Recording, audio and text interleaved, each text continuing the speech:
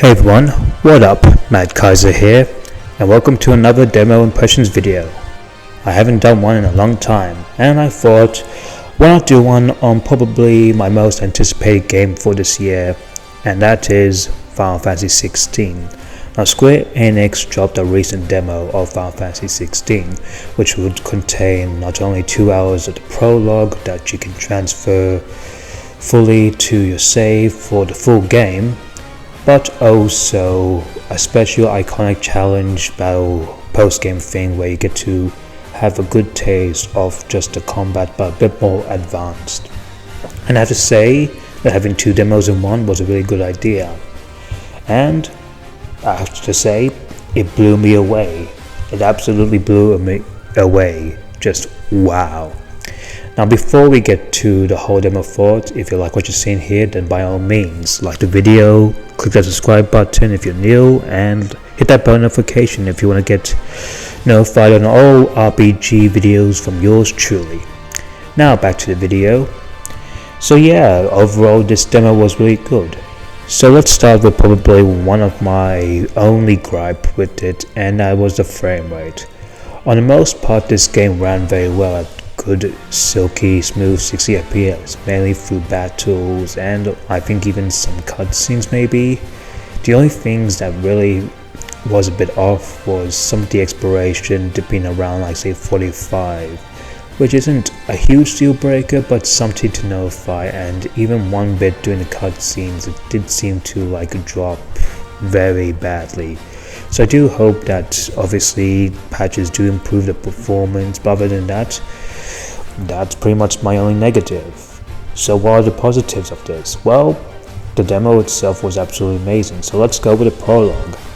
And this prologue really was just absolutely wonderful. It gave me a good idea of what the game is like, and it really immersed me, as well as the fact the story they have was really interesting here, as you put into Clive's shoes, get a taste of what the whole war is about with the whole Six Nations, and you even get to see what Clive's motives are, his relationships and his goals are, and you get to feel him, especially for the wonderful voice acting that Ben Starr gives him. Like absolutely, in fact the whole voice acting for this game is absolutely good, with all of them portraying their characters so well. A lot of the characters we meet are also really likable as well, like Jill, Joshua, Clive's dad, Lord Murdoch, and even these two side characters named Tyler and Wade.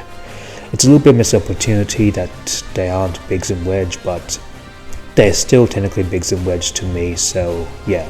Obviously, overall, this game just really impressed me, and honestly, it gives me massive Game of Thrones vibes, which is not a bad thing because obviously they're inspired by Game of Thrones, and well, I really do like Game of Thrones except for the latter half of the series, and especially the finale, which by the way, it still sucks. Oh my god.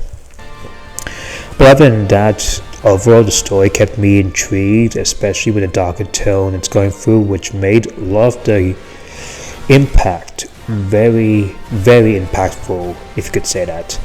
And it also gained me a certain hatred to a character who I do wish she doesn't get off so lightly in the full game.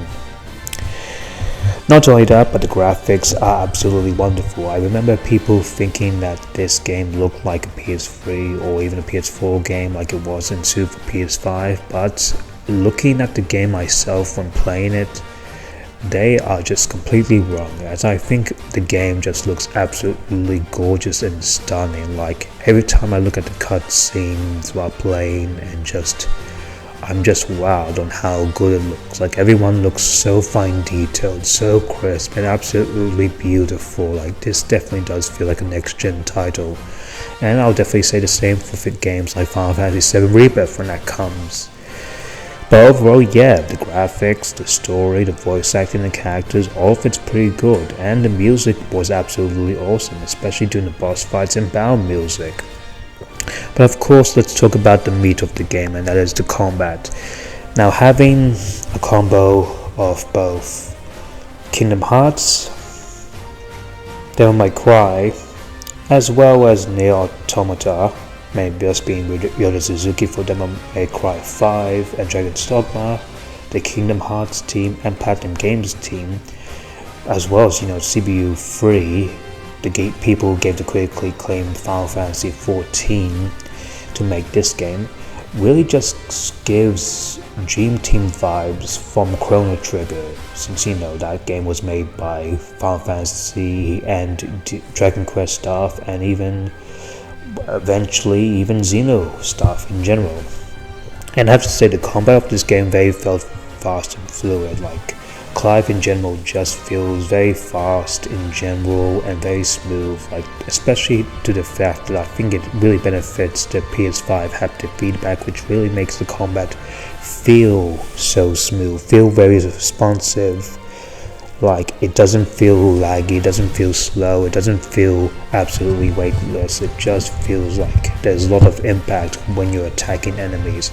And having things like being able to jump, dodge, especially perfect dodge, as well as even parry attacks and even perfect dodge and counter attacks, which definitely gives the whole Platinum Games vibes, was just absolutely welcome. And stuff like the whole Phoenix shift reminded me of the KH3 Air Step and Warp Strike from Final Fantasy 15, and also switching to, of course, icons, mainly in the icon style, but we'll get to that.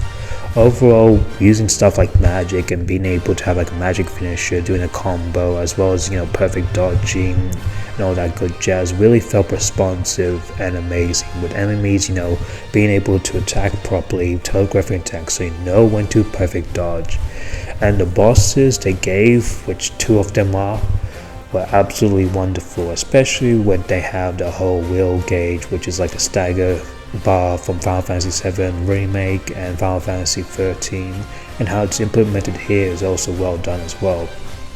The combat in general, even at base form, really felt so smooth, and I even didn't mind the quick time events. Obviously, I think they are even very seamless. Like in terms of games that have quick time events that transition to combat, Final Fantasy XVI has one of the most smoothest ones ever. And yeah, the prologue was absolutely awesome, but that's not the only demo they have. They also have the iconic battle sections, which gives you to one of the previews that you probably saw in like somewhere around, I think, April or March, where you do get to fight Benedicta. And I have to say, having 3 icons now, but being more advanced, really made the combat very fluid and even just better to play in general. Like having tons of moves and switching them on the go, especially since it's kind of like Devil May Cry style switching, just chaining attacks together from both icons really just makes it just awesome. Like the combo variety in this demo here is pretty big, and I'm pretty sure when you get to the full game, once you have all icons, the combo variety they have for Clive will just be absolutely wonderful.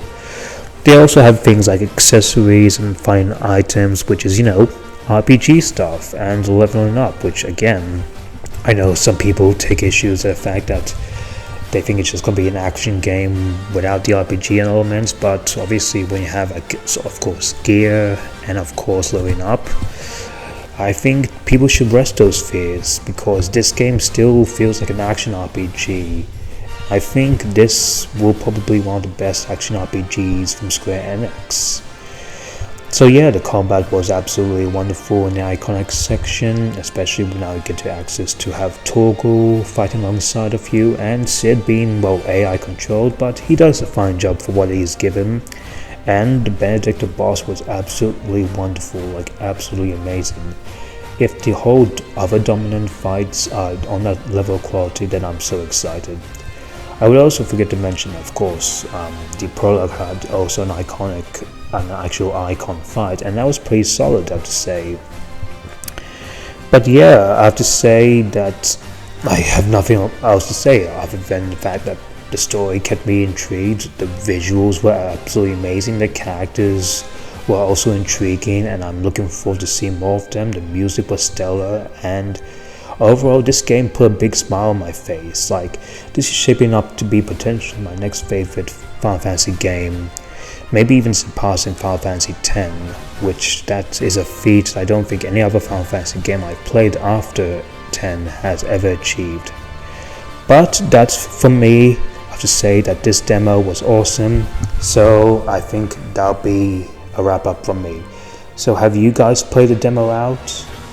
Let me know in the comments down below. Anyway guys, until the next time, see you in the next video. Mad Kaiser out.